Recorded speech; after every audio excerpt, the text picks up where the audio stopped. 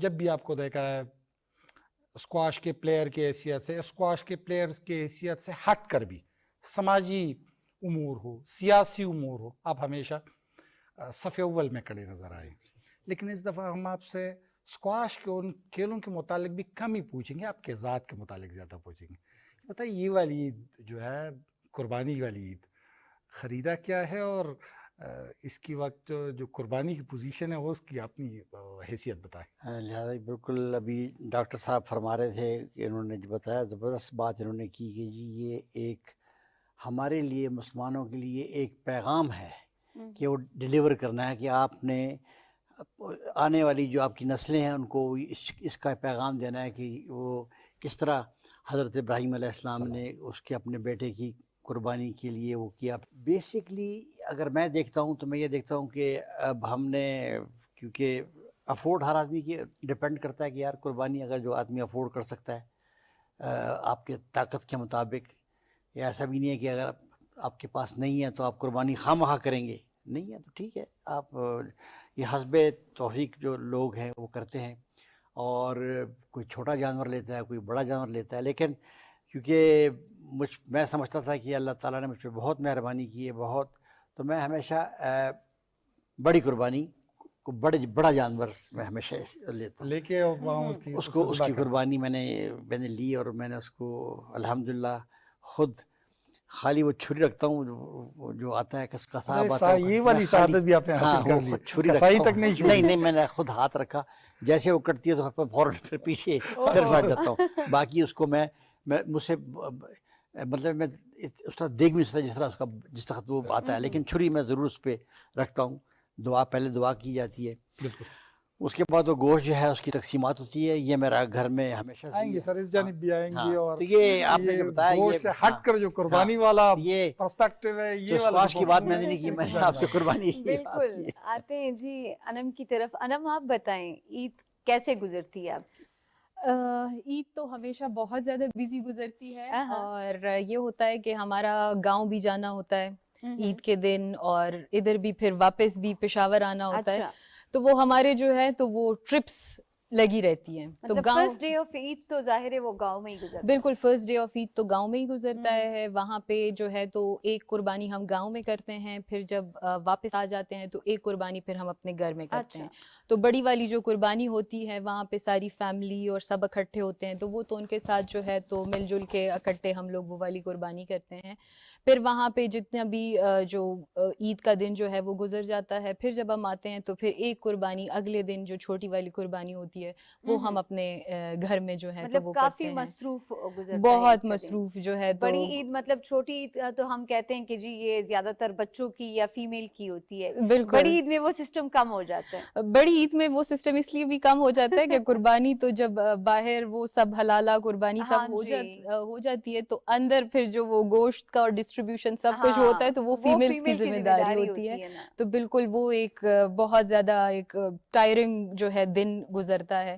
تو بس بڑی عید تو ایسی ہی گزرتی ہے. بڑی عید. جی بالکل. ڈاکٹر صاحب تعلق بنو سے ہے آپ کا، لیکن آپ وہ بنو تک محدود نہیں رہے ہیں. پشاور والے آپ کو پشاوری کہتے ہیں، اب تو اسلام آباد والے بھی آپ کو اسلام آباد والے کہہ رہے ہیں کہ کچھ عرصہ آپ نے گزرا، اور جہاں پر بھی آپ گئے ہیں وہیں کے آپ ہوئے ہیں. ان لوگوں نے آپ کو اون کیا. یہ گاؤں والی، پشاور والی، اسلام آباد والی، فرق کیا ہے اس میں؟ سچی بات اگر میں آپ کو بتاؤں لحاظ علی صاحب، تو اس حوالے سے تو مجھے نوسٹالجیا ہے، یعنی یاد ماضی. ٹھیک ہے سر. میں 1973 سے پشاور شفٹ ہو گیا ہوں. ٹھیک ہے.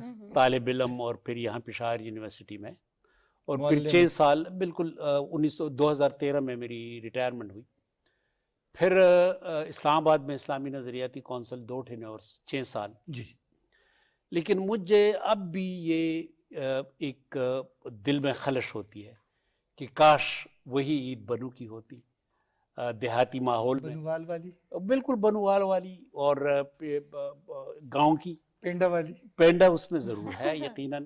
اور پھر ہر محلے میں یعنی یہ ترتیب ہوتی تھی کہ محلے کے لوگ وہ باقاعدہ ہر گھر جاتے تھے، اور جن لوگوں کی جو بھی قربانی ہوتی تھی